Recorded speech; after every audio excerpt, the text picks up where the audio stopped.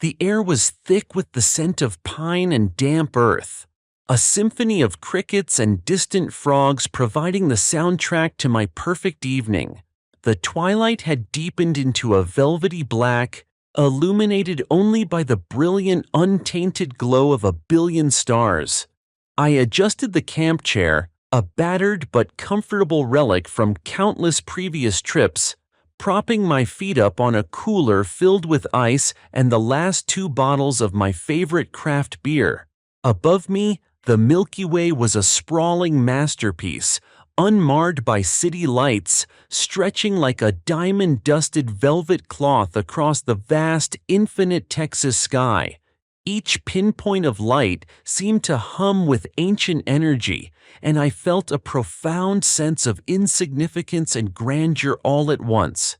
This was it, my slice of heaven, my sanctuary, a world away from the clamor and concrete jungle. Blackwood Ranch, 300 acres of sprawling, untamed Texas land, had been in my family for 3 generations, a legacy etched in the very soil. Every gnarled oak tree, every whispering stand of tall grass, every winding bend in Willow Creek held a memory, a story passed down from my grandfather, then my father, now held in my own heart. And the undisputed jewel in its crown was Willow Creek Lake, a shimmering expanse of fresh water tucked away in the secluded back 40, accessible only by a winding, unpaved track through thick woods that only I, and those I chose to bring, knew how to navigate. It was more than just a body of water. It was the heart of the ranch, sustaining a vibrant ecosystem of wildlife and providing a quiet, restorative escape for my family for decades. I decided on an impromptu solo camping trip, a much-needed escape from the relentless hum of city life and the persistent demands of my construction business, which often left me feeling perpetually tethered to my phone and a concrete schedule. Just me, my trusty old canvas tent, worn smooth from years of use, a meticulously built crackling campfire, and the profound healing quiet of my own land. The afternoon had been idyllic. I'd spent hours fishing, the warm Texas sun on my face, reeling in a couple of respectable largemouth bass that had put up a good satisfying fight before being released back into the cool depths. The simple satisfaction of a self-caught meal, though not today, or the simple act of casting and retrieving, was unparalleled. Now as the embers glowed orange and red, casting dancing shadows on the surrounding trees, painting the darkness with transient shifting shapes, I felt a contentment that money couldn't buy, a deep, almost spiritual connection to the earth that ran bone deep. The gentle, rhythmic lapping of the lake against the shore was the only disruption to the tranquil night, a natural lullaby that invited introspection and quiet repose. The air was cool, crisp, and clean, carrying the faint scent of wood smoke and damp earth. I closed my eyes, savoring the moment, feeling truly, deeply at peace. Then the flashlights hit me. 2 blinding beams, bright and insistent, abruptly cut through the inky blackness, violating the serenity of my campsite like hostile searchlights. My eyes snapped open, my heart hammering against my ribs, a sudden frantic rhythm against the calm of the evening. My muscles tensed instinctively, my mind racing through possibilities. Deer? A stray coyote? No, these beams were too steady, too deliberate, too focused, moving with an intelligence that animal eyes lacked. I squinted, raising a hand to shield my eyes from the piercing glare, a cold feeling of unease prickling on my skin. 2 figures emerged from the gloom, their silhouettes growing larger with each step, their footsteps crunching softly on the fallen leaves and pine needles, each crunch sounding unnervingly loud in the sudden silence. "Evening, sir," A voice boomed, deep and authoritative, echoing slightly in the stillness, carrying the unmistakable cadence of officialdom. It was clipped, professional, yet chillingly intrusive. We received a complaint. Cops. The word hit me like a physical blow. My mind reeled, struggling to process the surreal situation. Cops? Here? On my land? The very notion was preposterous. The word hung in the cool night air, heavy and alien, a jarring intrusion into my private haven. My jaw went slack, my beer can forgotten, still clutched in my hand, now cold against my palm. I slowly lowered my feet from the cooler, placing them firmly on the ground, grounding myself, and stood up, trying to keep my voice steady despite the adrenaline surging through me, making my limbs feel slightly light. A complaint? About what? I'm on my own property. The question carried an edge of disbelief, an attempt to grasp what could possibly be happening. What twisted logic could bring law enforcement to my remote lakeside campsite? The first officer, a burly man with a neatly trimmed mustache and a broad chest that strained against the fabric of his uniform, stepped closer, his hand resting casually near his sidearm, a silent but clear reminder of his authority. His partner, younger, leaner, and with an almost boyish face, stood a few paces back, his hand indeed resting on his utility belt, observing me with a less experienced but equally serious gaze. We had a call about unauthorized camping, disturbance of the peace, from the Lakeside Estates Homeowners Association. His voice was level, betraying nothing, but the words themselves struck me like a physical assault. Lakeside Estates. The words tasted like ash, like something rancid on my tongue. A bitter bile rose in my throat. My property, Blackwood Ranch, bordered the fancy, meticulously manicured development that had sprung up across Willow Creek about 10 years ago. It was a cluster of oversized, ostentatious McMansions, each vying for attention, a stark and unsettling contrast to my rustic, wild land. When the development had been built, I'd been assured by the developers, through my father, that my ranch's natural buffer, including Willow Creek itself and, crucially, Willow Creek Lake, would remain untouched, an inviolable boundary. I'd had absolutely no desire to join their little kingdom, their realm of perfectly trimmed lawns, identical mailboxes, and restrictive covenants that dictated everything from fence height to the color of your front door. My property was explicitly not part of their HOA. I paid my own taxes, maintained my own land, and answered to no one but myself and the county. The very idea of them having any jurisdiction over me was laughable. Lakeside Estates? I repeated, the incredulity evident in my voice, bordering on exasperation. They called you? I'm on Blackwood Ranch. This land has been in my family since 1942. I own this property, officers. I'm Luke Miller. My deed is recorded with the county. Every square inch of this lake is mine, and has been for generations. This is private property. The burly officer, whose name tag read Officer Ramirez, exchanged a quick, almost imperceptible look with his partner, Officer Chen. There was a faint flicker of uncertainty, a momentary hesitation in his eyes, as if even he found the situation a bit odd. Sir, the complaint states you are on HOA property, specifically the communal lake access point. They said you were trespassing. His tone was firm, professional, a practiced recitation, but that earlier flicker suggested he wasn't entirely convinced. A vein throbbed angrily in my temple, a pulse point of building rage. Trespassing? That's absurd. This lake, Willow Creek Lake, is entirely within my surveyed property lines. It's clearly marked on the county plat maps, has been for generations. There is no communal lake access point on my land. That's a fabrication, a complete and utter lie. My voice rose, betraying the calm I was trying desperately to maintain. This wasn't just a misunderstanding. This was an outright, audacious attempt to claim what wasn't theirs, to redefine boundaries that had existed for over 80 years. Officer Ramirez, despite my rising agitation, remained impassive, his face a mask of official neutrality, a wall I couldn't seem to penetrate.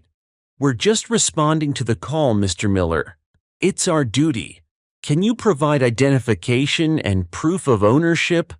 It was a textbook response, a bureaucratic formality, but it grated on my nerves, adding insult to injury. I sighed, a long, exasperated breath that carried the weight of my frustration, and reached into my wallet. This whole encounter was beyond ridiculous, a scene out of a bad comedy, except it was my life, my land, being infringed upon, and there was nothing funny about it. I handed him my driver's license, then, with a flourish, pulled up the digital copy of my deed and the county plat map on my phone, zooming in on the relevant sections to highlight the clear, unambiguous lines. "Here, my ID, and here's the deed and the map. You can see the property lines clear as day, right there on the screen. And I can show you the physical survey markers in the morning if you like. They're still there, half buried but visible, exactly where they're supposed to be. There's no mistaking where my land ends and theirs begins." Ramirez took my license, his gaze scrutinizing it for a moment, as if checking for authenticity. Then he glanced at my phone. His eyes darted from the digital map to the serene lake, then back to my perfectly legitimate campsite. He looked vaguely uncomfortable now, a flicker of doubt clearly etched on his face. Well, the HOA representative, Mrs. Peterson, was quite insistent. Said you were disrupting their quiet enjoyment of their facilities. She claimed you were playing loud music and disturbing the peace, had a roaring bonfire going, and were generally being before he recited the list, his voice trailing off slightly, as if he himself found it a bit flimsy. "Their facilities?" I scoffed, a bitter, disbelieving laugh escaping me, a short, sharp bark that echoed across the water. "They don't have facilities here. They have a clubhouse a mile away, on their property, and a small man-made retention pond near their entrance, which they call a lake. This is my lake, Willow Creek Lake. I swim in it, I fish in it, I camp next to it. I've been doing it my whole life since I was a boy, long before their McMansions started sprouting up like toxic mushrooms on the other side of the creek." My voice was tight with suppressed fury. The accusation of loud music was another blatant lie. I'd been enjoying the natural sounds of the night, the crickets and frogs, not a blaring stereo. My campfire was a modest, contained ring of stones, carefully tended, not a roaring bonfire. The younger officer, Officer Chen, finally spoke up, his tone a little softer, his expression showing a hint of empathy. He seemed to sense my genuine indignation, the righteous anger that simmered beneath my forced calm. "Sir, it's getting late. If you could just pack up for the night for now. We can sort out the precise property lines with the HOA in daylight hours. It'll just avoid further complications and give everyone a chance to cool off." He gestured vaguely at the peaceful campsite, almost apologetically. I bristled, my jaw clenching, my hands involuntarily forming fists at my sides. "Complications? You mean they get to call the cops on me on my own land, based on false pretenses and outright lies, and I have to pack up my campsite like a common vagrant, a criminal?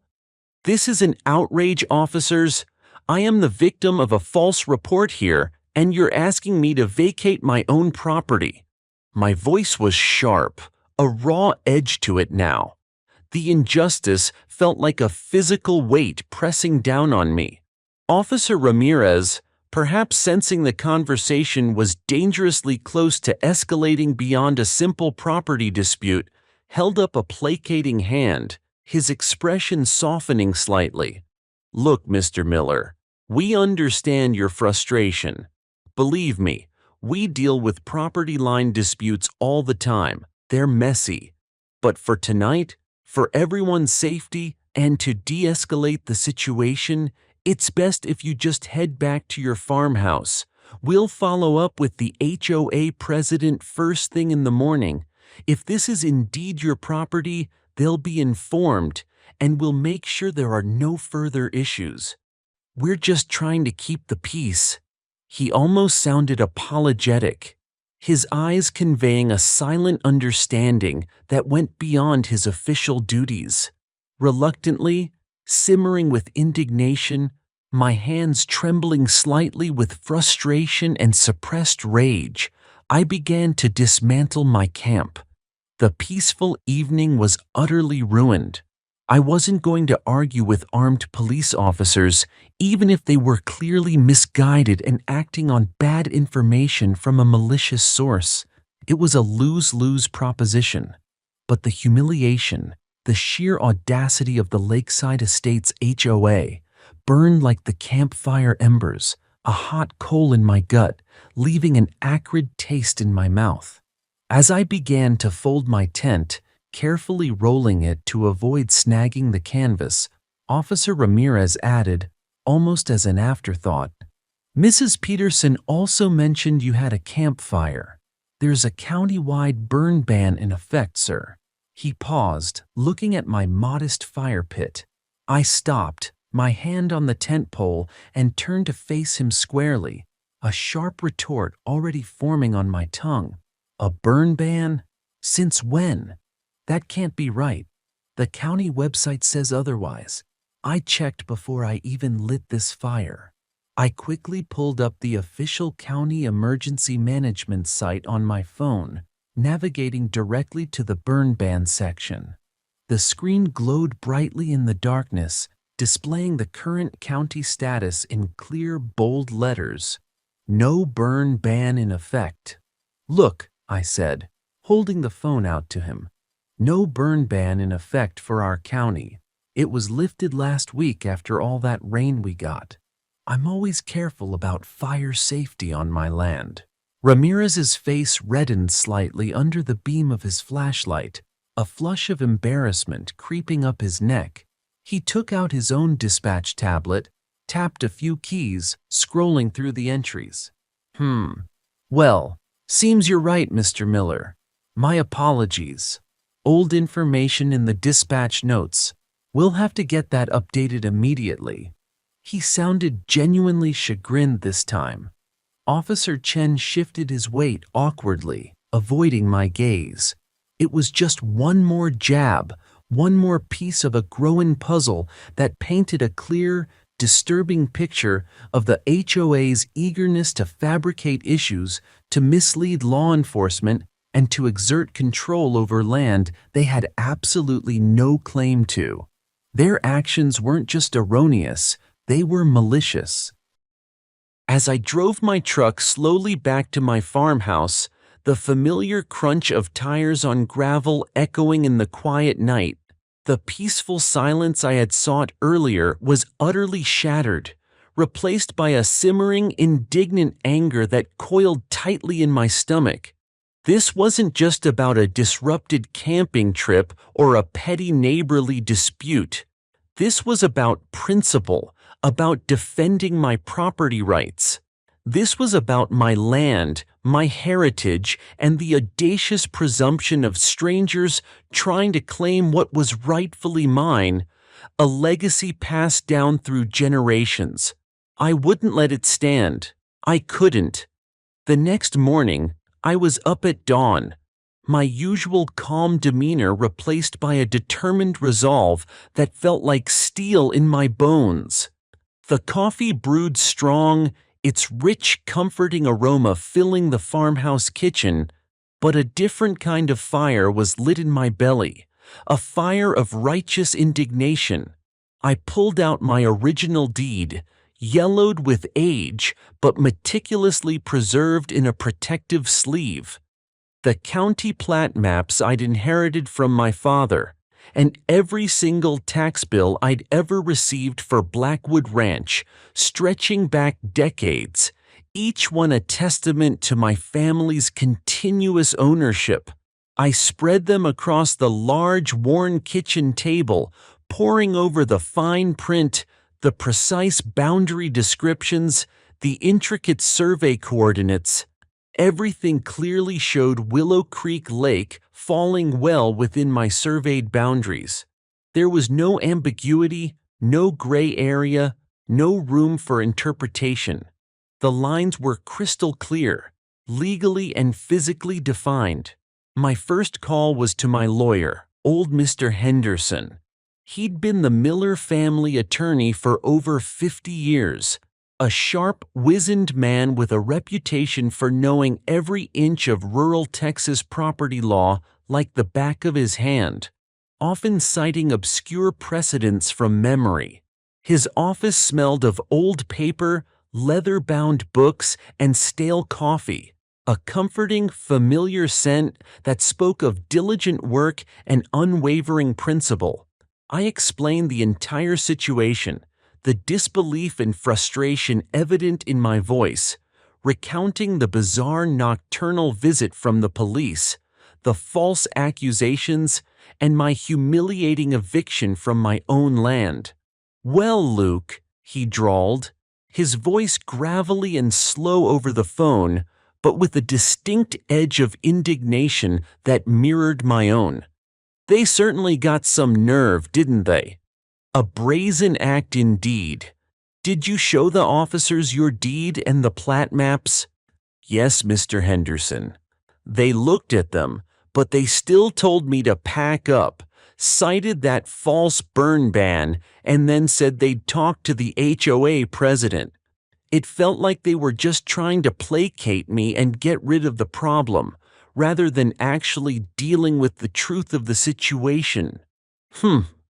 Good. Make sure they do. That's bordering on dereliction, responding to a false claim without proper verification. In the meantime, I'll draft a stern cease and desist letter. We'll inform them they are not to trespass on your property, nor are they to make false complaints to law enforcement regarding your lawful activities on your own land.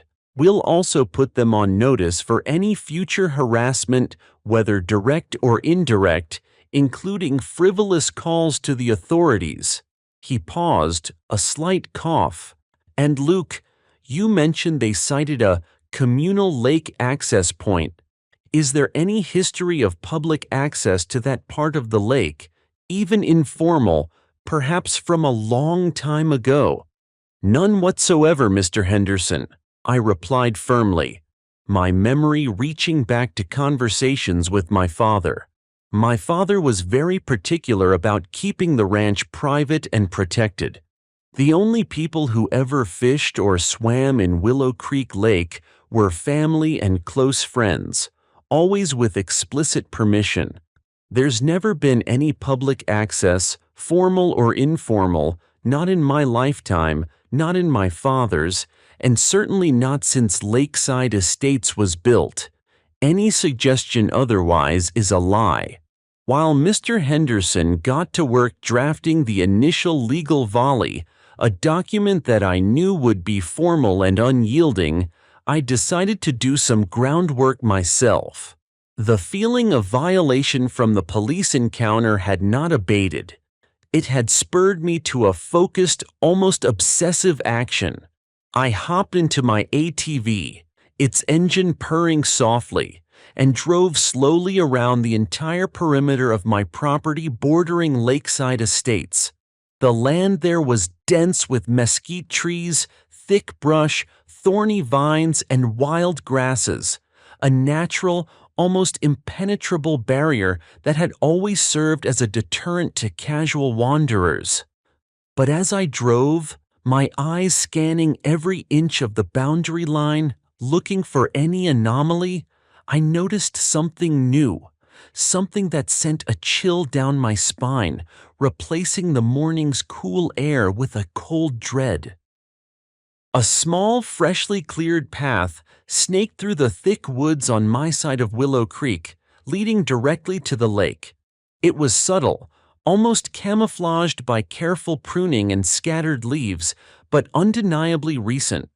The undergrowth was disturbed. Young saplings had been cut, their stumps still oozing sap, and the exposed earth beneath the layers of fallen leaves was still fresh, showing clear signs of foot traffic. And then, at the very edge of the lake, nestled amongst the tall reeds and cattails that lined the shore, was a small, crudely built wooden dock. It looked like something a couple of enterprising teenagers might throw together.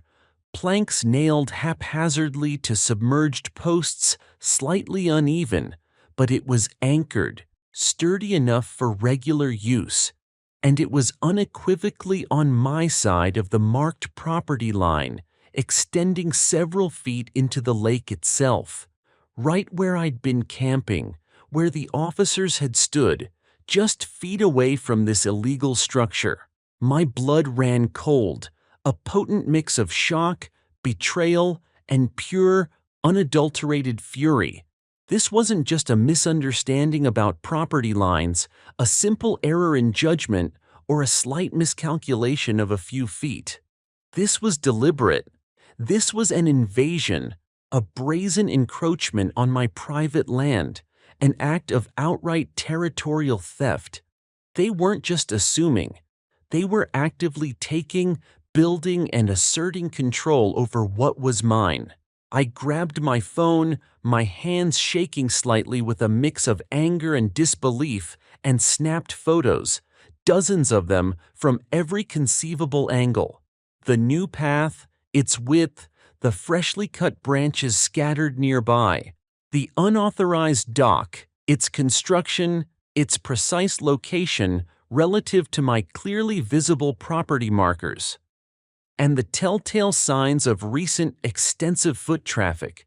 The ground was visibly disturbed, muddy boot prints clearly visible, and I found a few discarded plastic water bottles and energy bar wrappers half buried in the leaves, undeniable proof of regular use.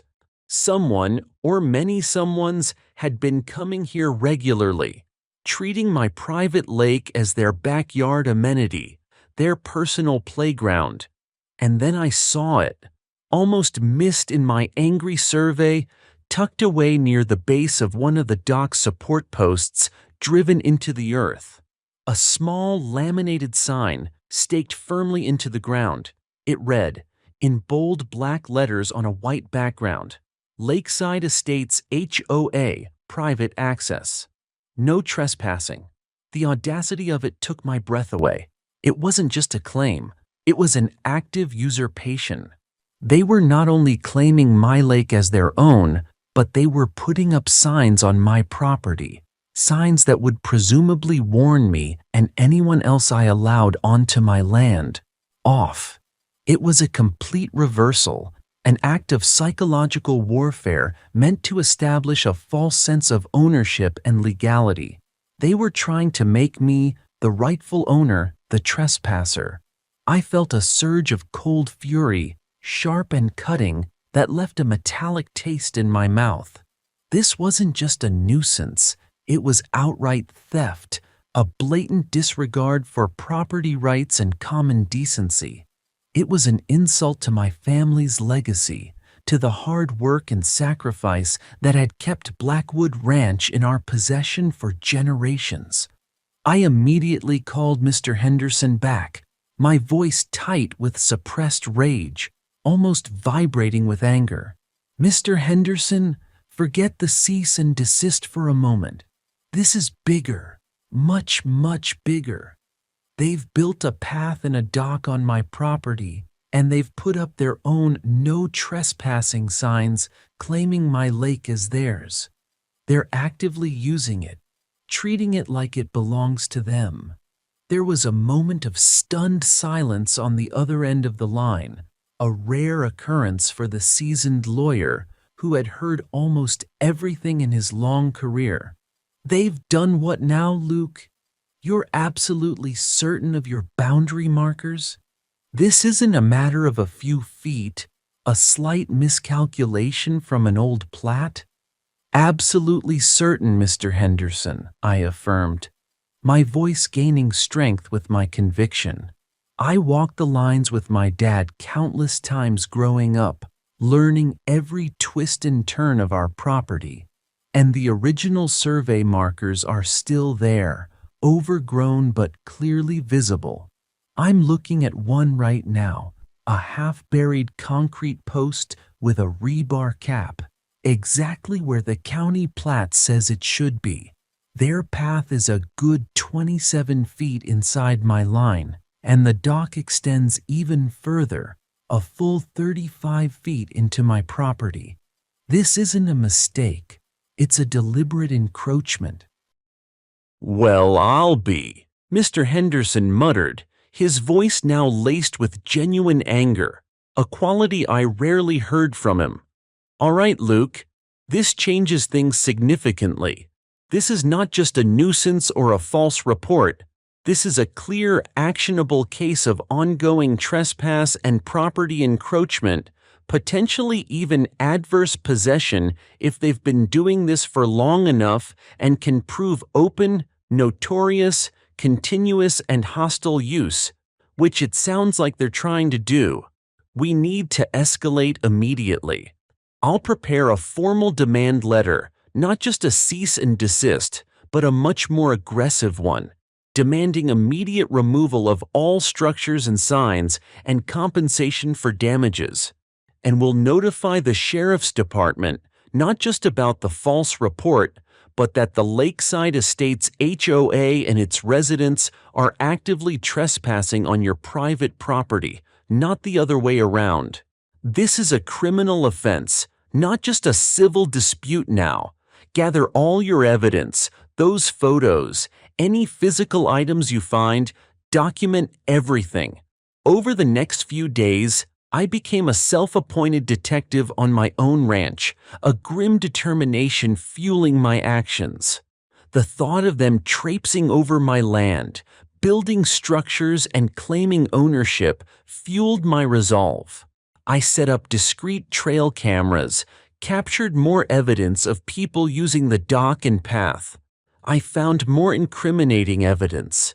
Discarded fishing lure packaging with Lakeside Estates addresses clearly printed on them, confirming the user's origin.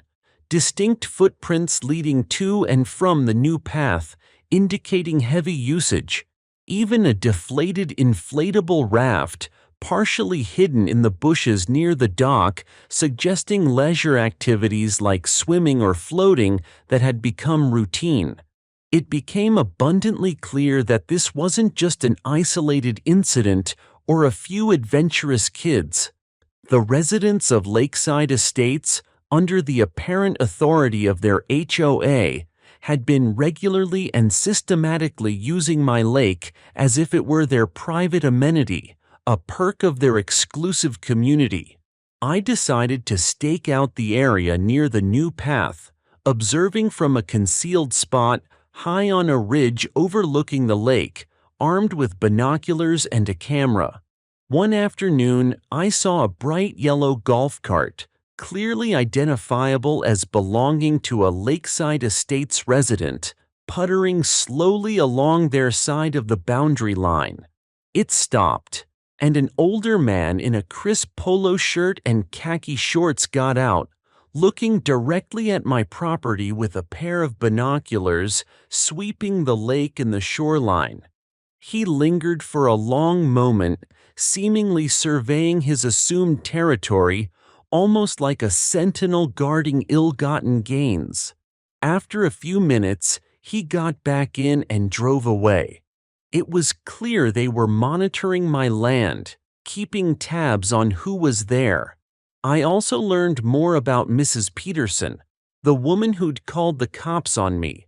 Her name was Agnes Peterson, and from what I gathered from a few local acquaintances who lived in Lakeside Estates, many of whom were quietly sympathetic to my plight, having tired of her officiousness, Agnes was a force of nature within the community, though not in a good way. She was the self-appointed head of the HOA's Community Standards Committee and notorious for being an obsessive busybody, a relentless stickler for even the most trivial rules, and someone who absolutely loved wielding her petty power. She was the kind of person who'd complain if your lawn was 2 inches too tall, or your mail flag was left up too long, or your trash cans were visible from the street. The idea that she, with her self-righteous indignation, her inflated sense of importance, could orchestrate this brazen land grab, fueled by a delusion of authority and a desire to expand her perceived domain, made my blood boil with a righteous fury.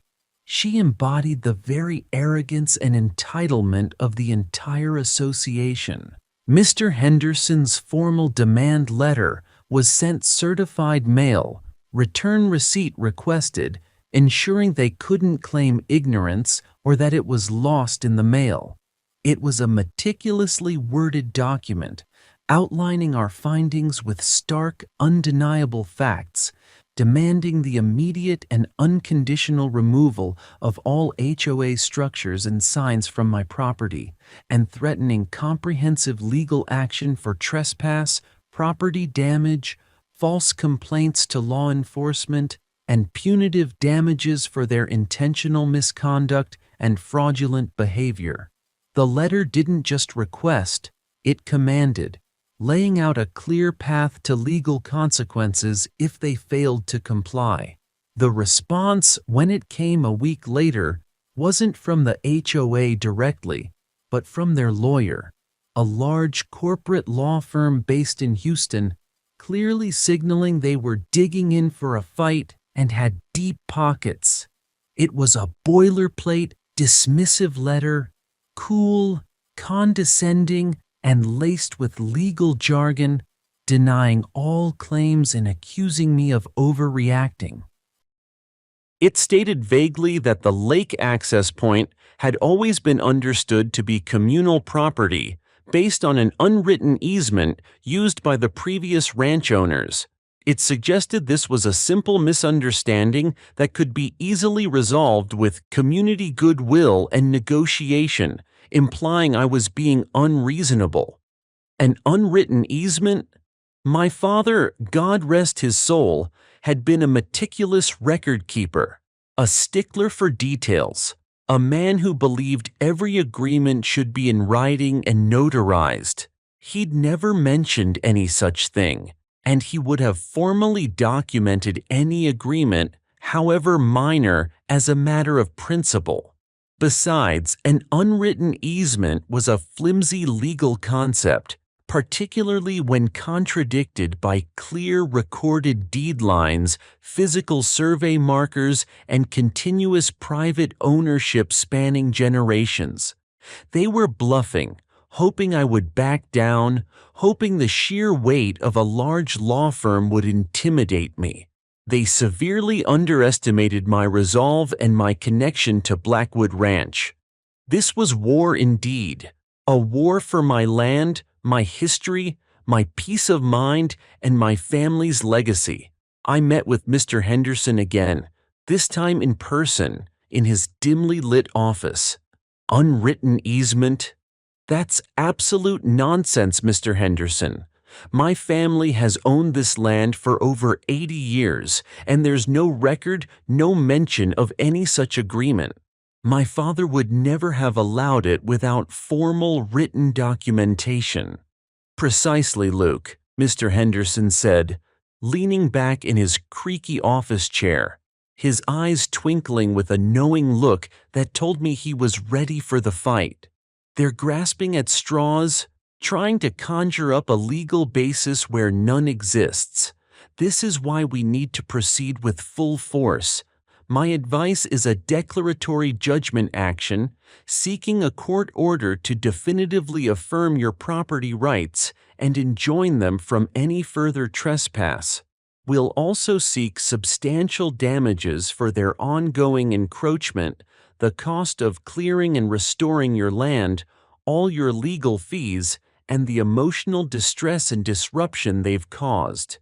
This isn't just about the land anymore, Luke. It's about sending a clear message. He placed a hand on a stack of weighty legal texts, a gesture of serious intent. This will be costly, Luke, financially and emotionally, and it will take time. Are you prepared for that long fight? The thought of a prolonged lawsuit was daunting. It would be expensive, time-consuming, and emotionally draining, pulling me away from my construction business and my quiet life on the ranch. It meant endless meetings, paperwork, and court appearances. But the alternative, letting them steal a piece of my heritage, allowing them to desecrate my sanctuary, and tolerating their arrogant disregard for my rights, was unthinkable. It wasn't just land. It was principle. It was my family's honor. "Let's do it, Mr. Henderson," I said, my voice firm, devoid of hesitation, my resolve hardening with each word. "They picked the wrong rancher to mess with. I won't back down." The lawsuit was formally filed, a weighty document outlining my claims and demanding justice for the years of encroachment and the recent harassment. The HOA, represented by their high-priced city lawyer, Ms. Rodriguez, a slick woman with a perpetually unimpressed, almost disdainful expression, tried every trick in the book to delay, obfuscate, and intimidate. They filed numerous motions to dismiss, argued about jurisdiction, and demanded extensive discovery, hoping to bury us in paperwork and bleed my legal fund dry. They questioned the validity of my original deed, suggesting it was outdated or misinterpreted, and tried to discredit my surveyor's report by bringing in their own, less precise experts. They even tried to argue that the natural flow of Willow Creek made the lake a public waterway, a laughable claim for an entirely contained body of water situated squarely on private land, fed primarily by springs on my property. It was a desperate, grasping attempt to find any loophole, any sliver of doubt to exploit. I, in turn, submitted my irrefutable evidence, meticulously compiled and presented. The original deed, authenticated by county records and historical documents, the clear, unambiguous county plat maps cross-referenced with modern GPS data, the dozens of photographs and video footage documenting their illegal dock and path, clearly showing them far beyond their property line, and most crucially, a detailed, newly commissioned surveyor's report which meticulously reconfirmed every single boundary marker, proving their encroachment beyond a shadow of a doubt. The new survey showed their path was 27 feet onto my property and the dock a full 35 feet, a significant and undeniable invasion, not a mere mistake. The legal battle dragged on for months, a slow, grinding war of attrition in the sterile, fluorescent-lit conference rooms of various law offices, punctuated by tense courtroom appearances. Each deposition, each motion, each exchange of legal documents felt like a small skirmish, chipping away at my time and patience. But as the discovery phase continued, something interesting and ultimately damning began to emerge. During depositions, several long-term residents of Lakeside Estates, subpoenaed by my lawyer, admitted under oath that they had always assumed the lake was communal property because the HOA had told them it was. They'd never seen a deed or an official document confirming it. They had simply taken the HOA's word as gospel, eager for the perceived amenity. Their testimony painted a clear picture of an HOA board that had deliberately cultivated and perpetuated a false narrative, actively misleading its own residents. And then a bombshell that irrevocably turned the tide in our favor. During the deposition of Mr. Thompson, the HOA's former president, a timid, well-meaning man who had clearly been outmaneuvered by the more aggressive current board members, particularly Agnes Peterson, who seemed to have a knack for bending facts to her will, he inadvertently revealed something crucial. Under gentle but persistent questioning from Mr. Henderson, whose calm demeanor masked a sharp legal mind, Mr. Thompson spoke of a verbal agreement from a decade ago. This agreement, he clarified, was made not with my father, but with a temporary ranch manager I'd hired for a few months during a period of illness in my family. This agreement was only to allow a temporary fishing access for the developers and early residents during the initial development phase of Lakeside Estates, purely as a gesture of goodwill, to showcase the lakefront living aspect of the new community. He explicitly admitted it was never formalized, never put in writing, and certainly never intended to be a permanent easement or a transfer of property rights. He further testified that when he left the board, he had explicitly informed the incoming members, including Agnes Peterson and the current president, Mr. Davies, that there was no official easement to the lake, and that the previous verbal agreement was defunct. They had simply chosen to ignore his warning, allowing the residents to continue believing they had a perpetual right to the lake, propagating the lie for their own convenience and to artificially inflate perceived property values. The revelation hung heavy in the air, a stunning admission of deliberate deception. The climax came during a pre-trial mediation session, a last, desperate attempt to settle before a full-blown trial, which the HOA clearly wanted to avoid due to the damning evidence mounting against them. My lawyer, Mr. Henderson, laid out our case, piece by piece, like a skilled surgeon dissecting a problem, leaving no room for doubt. He presented the new, irrefutable survey, the overwhelming photographic and video evidence of their ongoing encroachment, and, most devastatingly, the damning deposition testimony from Mr. Thompson, carefully highlighting the specific points where the former president admitted the truth of the non-existent easement and, crucially, the current board's explicit knowledge of it. He even presented the initial police report from my camping incident, highlighting the officer's initial confusion and the clearly false nature of the HOA's initial complaint, contrasting it starkly with the undeniable physical evidence of their own ongoing knowing trespass. The HOA's lawyer, Ms. Rodriguez, who had appeared so confident at the outset, now looked visibly uncomfortable. She tried valiantly to argue, to deflect, to spin a narrative of misunderstanding and community cooperation. But her arguments were weak, based on assumptions and fabricated history, crumbling under the weight of concrete evidence and sworn, unimpeachable testimony. When Mr. Henderson brought up the specific testimony about the verbal agreement with the ranch manager and the current board's explicit knowledge that there was no official easement, her composure finally cracked. A nervous sweat broke out on her forehead. She glanced anxiously at the current HOA president, a stoic, unyielding man named Mr. Davies, And then at Agnes Peterson, who was present as a representative, her face now a ghastly mottled white, her eyes wide with a dawning realization of her predicament.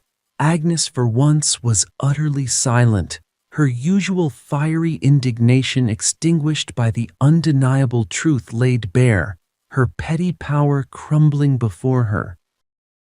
The mediator, a sharp, no-nonsense retired judge known for his impartiality and ability to cut through legal theatrics, cleared his throat, his gaze sweeping across the tense room. "Ms. Rodriguez," he said to the HOA's lawyer, his voice resonating with quiet authority, "it seems Mr. Miller has a very strong, indeed overwhelming case here. The evidence of ongoing intentional trespass is compelling, and the misrepresentation to your own residents, and more seriously to law enforcement, is problematic, to say the least. Frankly, this could be a very expensive and publicly embarrassing trial for the HOA. The court would likely view this very dimly." After a tense 20-minute break, during which the HOA representatives huddled with their lawyer in hushed, urgent tones, their hushed whispers barely audible, Ms. Rodriguez returned, a defeated look on her face, her shoulders slumped, her earlier bravado entirely gone. "My clients are prepared to settle," she announced, her voice flat, devoid of any inflection, a statement of surrender.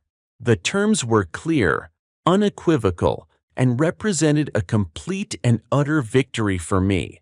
The HOA would immediately remove all structures and signs from my property. The illegal dock, the encroaching path, and their audacious private access sign, under strict supervision. They would publicly acknowledge my sole and undisputed ownership of Willow Creek Lake and issue a formal, written apology to me for their actions and the distress caused, to be published in their community newsletter and on their website. They would also pay for all my legal fees, which had accumulated significantly, easily a 5-figure sum, and a substantial sum in damages, avoiding a full trial and its associated risks and public scrutiny for them. Furthermore, the settlement included a legally binding clause that prohibited the HOA from ever making claims on my property again or interfering in any way with my lawful use of it. The document was signed, witnessed, and the immense weight that had been pressing down on my shoulders for months finally lifted. I felt a profound sense of relief, coupled with a deep satisfaction. The news spread like wildfire through Lakeside Estates, not just by official communication, but by word of mouth, amplified by the very residents who had been misled and now felt betrayed. Many residents were furious, not at me, but at their own HOA board for their deception, for lying to them, and for putting the association in such a costly and embarrassing legal predicament. Agnes Peterson, the self-appointed queen of community standards, whose reign had been built on a foundation of control and pretense, quietly resigned from all her HOA positions within days of the settlement, her reputation in tatters, her petty power evaporated like morning mist. Mr. Davies, the president, issued a heavily worded apology to the residents, blaming a vague misunderstanding of historical agreements and poor communication. A weak excuse that fooled few, but one they hoped would salvage some shred of credibility and prevent a full-blown revolt among the homeowners. Within weeks, the crude wooden dock was dismantled piece by piece, its splintered lumber hauled away by an HOA-hired crew, leaving no trace. The freshly cleared path was allowed to grow over, the resilient natural Texas brush quickly reclaiming it, blending back into the wild landscape as if it had never been disturbed, a scar healing over. The audacious Lakeside Estates HOA private access sign was gone, its message of false authority replaced by nothing but the quiet rustle of leaves, the gentle murmur of Willow Creek, and the undisturbed, pristine beauty of nature. I still went camping by Willow Creek Lake, often now returning to my cherished spot with a renewed sense of ownership and peace. But when I cast my fishing line into its still, clear waters, or watched the stars emerge from the darkening sky, painting the same magnificent canvas as before, I felt a different kind of peace. It wasn't just the peace of nature, of solitude, or of returning to a cherished spot. It was the deep, resonant satisfaction of having fought for and unequivocally defended what was rightfully mine, my family's legacy, my land, my sanctuary. And no amount of HOA power tripping, no false claims, no fabricated easements, no amount of arrogance could ever take that away from me. The lines were clear, literally and figuratively, etched not just on maps, but now indelibly in the legal record. The irony wasn't lost on me, nor on many of the local residents who had followed the saga with keen interest. The HOA, in their profound arrogance and misguided sense of entitlement, had called the cops on me, accusing me of trespassing on my own property, seeking to exert control where they had none. But in the end, through persistence and undeniable truth, it was they who had been exposed as the trespassers, brazenly encroaching on my land under a flimsy veil of manufactured authority and deception. And when the truth came out, not only were my property rights affirmed through a rigorous legal process, but the simple, undeniable fact was reinforced for all to see. Some lines, especially property lines, are sacred, non-negotiable, and they are meant to be respected, not crossed.